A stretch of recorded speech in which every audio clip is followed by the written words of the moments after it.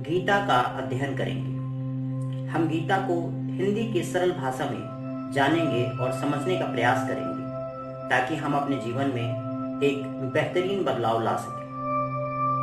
गीता में कुल 18 अध्याय हैं। पहले अध्याय से हम प्रारंभ करेंगे और पहले अध्याय के पहले श्लोक से हम इसको सरल भाषा में हिंदी में समझने का प्रयास करेंगे। तो आइए प्रारंभ करते हैं।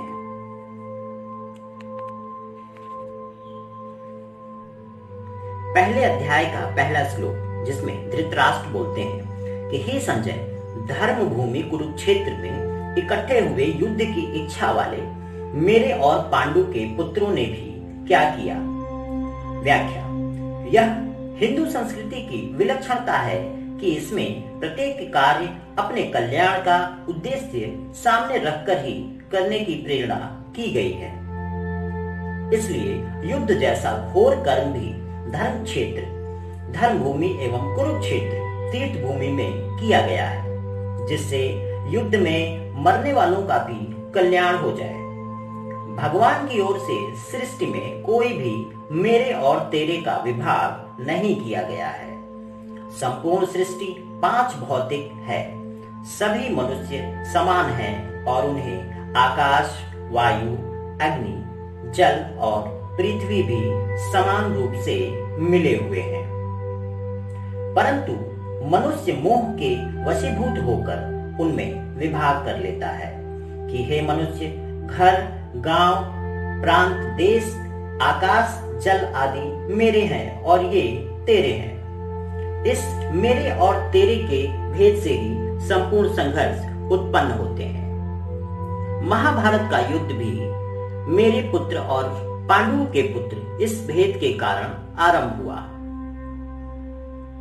दूसरा श्लोक, जिसमें संजय बोलते हैं, उस समय वज्रव्यूह से खड़ी हुई पांडव सेना को देखकर और द्रोणाचार्य के पास जाकर राजा दुर्योधन यह वचन बोला। तीसरा श्लोक, हे आचार्य, आपके बुद्धिमान शिष्य द्रुपद पुत्र धृष्टद्युम्न के द्वारा व्यूह रचना से खड़ी की हुई पांडवों की इस बड़ी भारी सेना को देखिए। अब चौथा, पांचवा और छठा श्लोक। यहाँ पांडवों की सेना में बड़े बड़े सूरवीर हैं, जिनके बहुत बड़े बड़े धनुष हैं तथा जो युद्ध में भीम और अर्जुन के समान हैं। उनमें युयुधान, सात्यकी, राजा विराट और महारथी द्रुपद भी हैं। दृष्टकेतु और चेकितान तथा पराक्रमी काशीराज भी हैं। पुरुजीत और कुंतीभोज, ये दोनों भाई तथा मनुष्यों में श्रेष्ठ शैव्य भी हैं। पराक्रमी युद्धामन्यु और पराक्रमी उत्तमौजा भी हैं। सुभद्रा पुत्र अभिमन्यु और द्रौपदी के 5 पुत्र भी हैं। ये सब के सब महारथी हैं। 7वें श्लोक, हे द्विजोत्तम, हमारे पक्ष में भी जो मुख्य हैं उन पर भी आप ध्यान दीजिए। आपको याद दिलाने के लिए मेरी सेना के जो नायक हैं उनको मैं कहता हूं। 8वां श्लोक, आप द्रोणाचार्य और पितामह भीष्म तथा कर्ण और संग्राम विजयी कृपाचार्य तथा वैसे ही अश्वत्थामा, विकर्ण और सोमदत्त का पुत्र भूरिश्रवा। 9वां श्लोक, इनके अतिरिक्त बहुत से शूरवीर हैं जिन्होंने मेरे लिए अपने जीने की इच्छा का भी त्याग कर दिया है और जो अनेक प्रकार के अस्त्र शस्त्रों को चलाने वाले हैं तथा जो सब के सब युद्ध काल में अत्यंत चतुर हैं। 10वां श्लोक, द्रोणाचार्य को चुप देखकर दुर्योधन के मन में विचार हुआ कि वास्तव में हमारी वह सेना पांडवों पर विजय करने में अपर्याप्त है, असमर्थ है, क्योंकि उसके संरक्षक उभय पक्षपाती भीष्म है।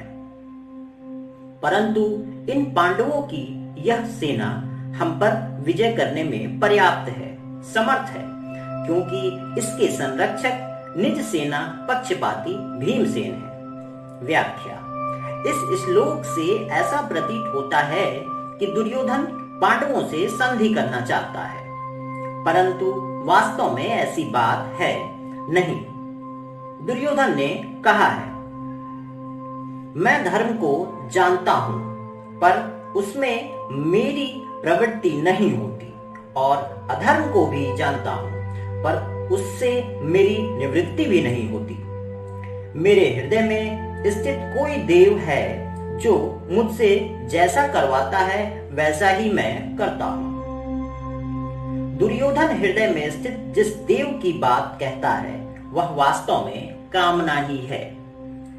जब वह कामना के वशीभूत होकर उसके अनुसार चलता है तो फिर वह पांडवों से संधि कैसे कर सकता है?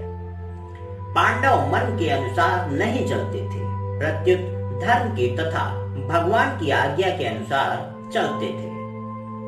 इसलिए जब गंधर्वों ने दुर्योधन को बंदी बना लिया था, तब युधिष्ठिर ने ही उसे छुड़वाया, और वहां युधिष्ठिर के वचन है, दूसरों के द्वारा पराभव प्राप्त होने पर उसका सामना करने के लिए हम लोग 105 भाई हैं।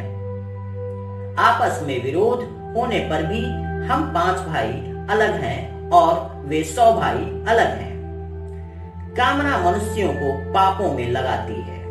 गीता के 3 अध्याय के 36वें और 37वें श्लोक में हम इसे विस्तार से समझेंगे। परंतु धर्म मनुष्य को पुण्य कर्मों में लगाता है।